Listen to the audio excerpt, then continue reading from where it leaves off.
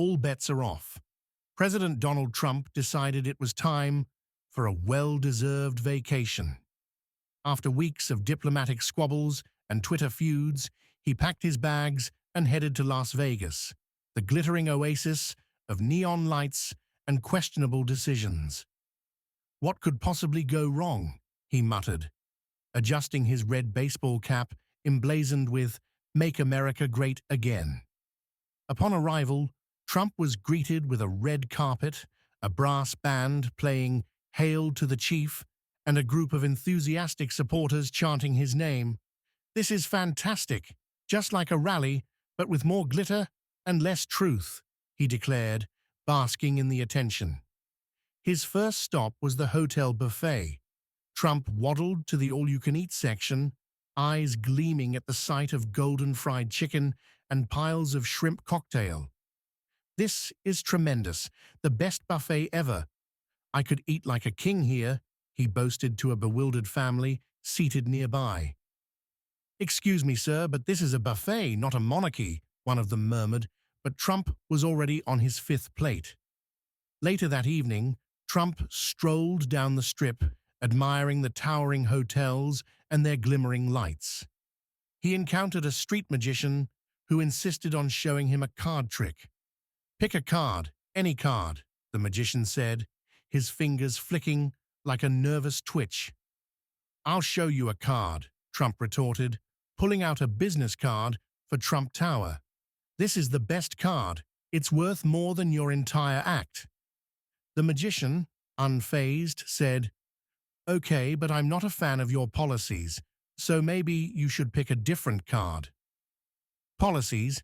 I'll show you policies," Trump huffed, moving on to a nearby casino, where the bright lights were calling his name. "This is where I'll make my fortune." As he entered the Golden Nugget, he was drawn to a poker table, where a scruffy-looking guy named Trevor was holding court.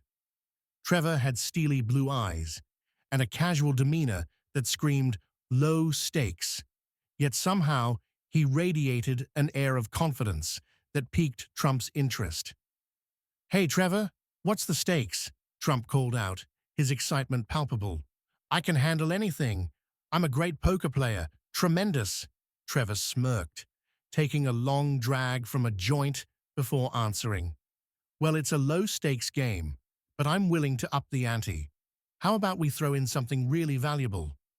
"Like what?" Trump asked, his curiosity piqued. Trevor leaned in, his voice low. "How about the United States?" "What?" Trump blinked, contemplating the absurdity. "You want to gamble the entire country? Why not?" "You've got a history of risky bets," Trevor replied, a mischievous grin spreading across his face. With the thrill of adrenaline coursing through him, Trump agreed. "All right, let's do it. Winner takes all." As the game began, a crowd gathered around, intrigued by the spectacle. Trump sat confidently, tossing chips as if he were throwing around his administration's budget. "I've got this in the bag," he boasted, throwing his head back with laughter. The game went on, and Trump was riding high on a wave of bravado. He laughed, joked, and even started talking politics at the table, believing he was winning. "I'll make America great again, starting with this poker game," he shouted, his voice echoing across the casino floor. Trevor played coolly, his demeanor unruffled. With each round, the tension grew, and Trump's chips dwindled. "It's just a small hiccup," he declared, ordering another drink. "I'm just getting warmed up." As the final hand was dealt, Trump glanced at his cards, a grin plastered on his face. "This is it, the winning hand." Trevor looked unfazed as he laid down a straight flush. "Sorry, Mr. President. Looks like I win." "What? No, this can't be happening," Trump wailed, his face turning crimson. "I can't lose the country. I need it for my golf courses." The crowd erupted in laughter, and Trevor leaned back, blowing a puff of smoke into the air. "A deal's a deal, buddy. You should have read the fine print. Trump's mind raced, envisioning the consequences of losing the country to a laid-back poker player. I can't let this happen. We need to negotiate. Trevor shrugged, still grinning. You could always try the White House's next poker night. Who knows? Maybe you can win it back. As the reality of the situation sank in, Trump's bravado faded. I'll get my country back, Trevor.